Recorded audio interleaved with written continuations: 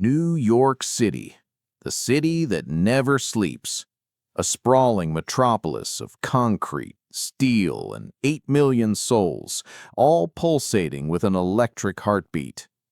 It is 5 p.m. on a Tuesday. The sun is beginning to dip, casting long golden shadows across Manhattan. Commuters flood the streets, eyes glued to smartphones, unaware of the fragile thread holding their modern lives together. Deep within the grid, a silent failure occurs. A cascade of errors, invisible to the naked eye, trips a breaker, then another, and another. In the span of a single heartbeat, the hum of the city, that constant low-frequency vibration of air conditioners, servers, and neon signs, simply stops. It starts in Times Square. The blinding screens go black. The roar of the crowd falters. For a split second, there is a collective gasp, a silence louder than any siren. The traffic lights blink out. The subway rails lose their spark. The heartbeat stops. Welcome to Hour Zero. Chaos is not a slow creep. It is an explosion. Within minutes, the arteries of the city are clogged. Without traffic lights, the intersections of Fifth Avenue and Broadway turn into gridlock. Horns blare, a cacophony of frustration that echoes off the skyscrapers. But the real horror is unfolding beneath the pavement. Thousands of subway trains coast to a halt in the pitch black. The emergency lights flicker on, dim, sickly yellow beams cutting through the dusty darkness. Passengers exchange nervous glances. The air conditioning dies. The heat begins to rise. Above ground, cell towers are instantly overwhelmed. Call failed flashes on a million screens.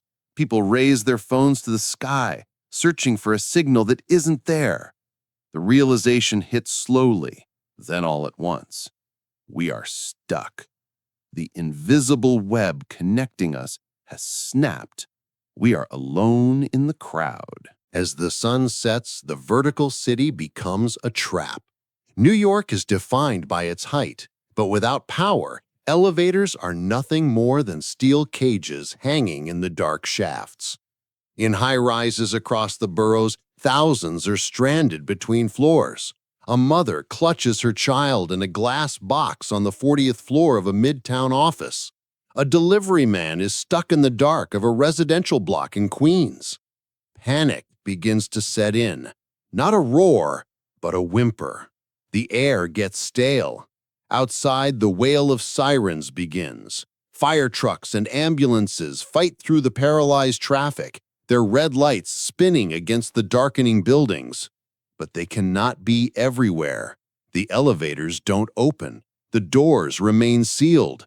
For those inside, time stretches. Minutes feel like hours. The city, once a symbol of freedom, has become a prison of glass and steel. By the fourth hour, a strange phenomenon takes hold: the silence of information. We live in an age of instant news, of tickers and notifications, but the TVs and the sports bars are dead. The radio stations are static. The 24-hour news cycle has been severed. Rumors begin to spread on the street like wildfire. Is it a cyber attack? A solar flare? Terrorism? Small business owners look at their silent cash registers. No credit cards, no Apple Pay. Cash is king again, but few have it. Bodegas close their metal shutters. Restaurants with digital ordering systems stand helpless. The economy of the city, usually moving at the speed of light, grinds to a halt. The darkness isn't just physical, it's informational. The city is blind, and in the blindness, fear begins to take root. Night has fully fallen. The iconic skyline of Manhattan, usually a glittering jewel box, is a jagged shadow against the moonless sky. The Empire State Building is black. The Chrysler Building is a ghost. The invisible systems we take for granted begin to fail. Water pressure in the upper floors of skyscrapers drops as electric pumps cease to function. Taps run dry. Toilets don't flush. In the financial district, ATMs are dark monoliths. Wall Street, the engine of global finance, is frozen. There is no trading, no movement of capital. People wander the streets, using phone flashlights like fireflies in a canyon. The police began emergency patrols, their cruisers the only source of light in many neighborhoods. The city isn't just dark, it is winding down, like a clockwork toy losing its momentum. It's almost midnight. The restaurants that keep New York fed, the pizza slices, the late-night diners, the high-end bistros are shuttered. Refrigerators are warming up. Thousands of pounds of food are beginning to spoil. Hunger sets in.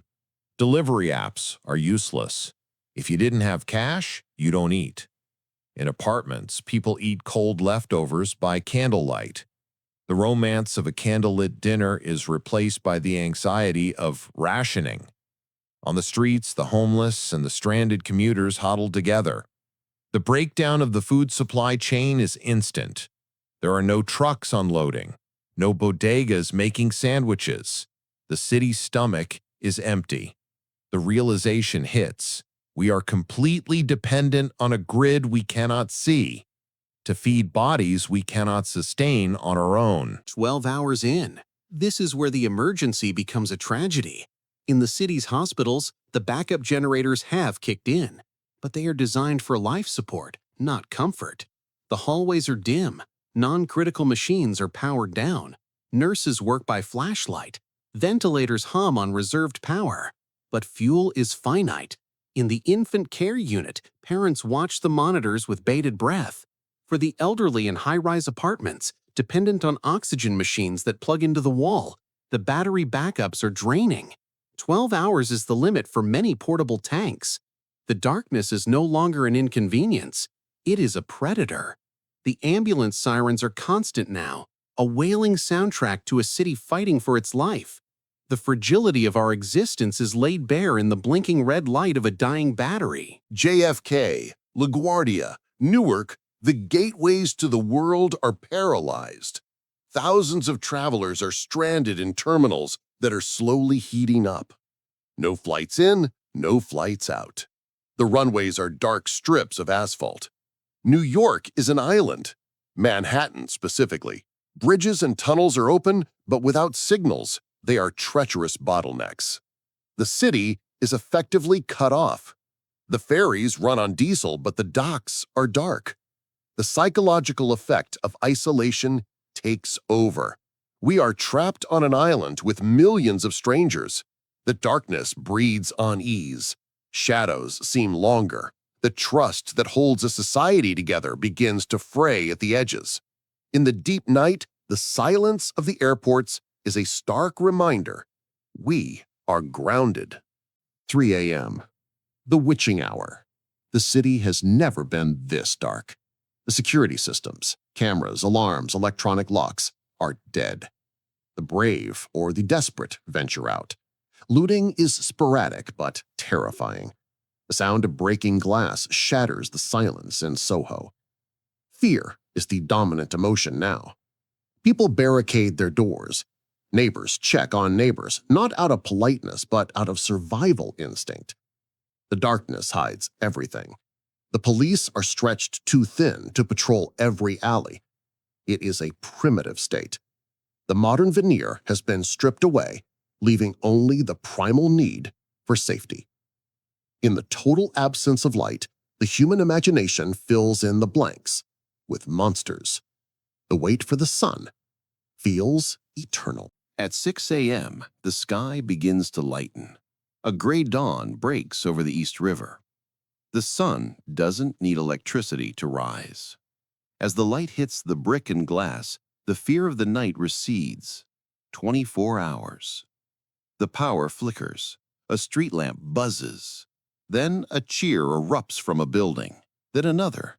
The hum returns. The air conditioners groan back to life. The subways begin to move. The heartbeat restarts. We survived, but we are different. We looked at the light switch with new respect. We looked at our neighbors and remember who shared their water, who held the door. For 24 hours, New York City was humbled. We saw the fragility of our power and the strength of our spirit. The lights are back on, but we will never forget the dark. Imagine a world where, in a single moment, every light goes out. No electricity, no signal, no sound. Just a silent planet holding its breath. If that day ever comes, what will you do in the darkness? Tell me your answer in the comments. And thank you for watching till the very end. Stay alert, stay prepared.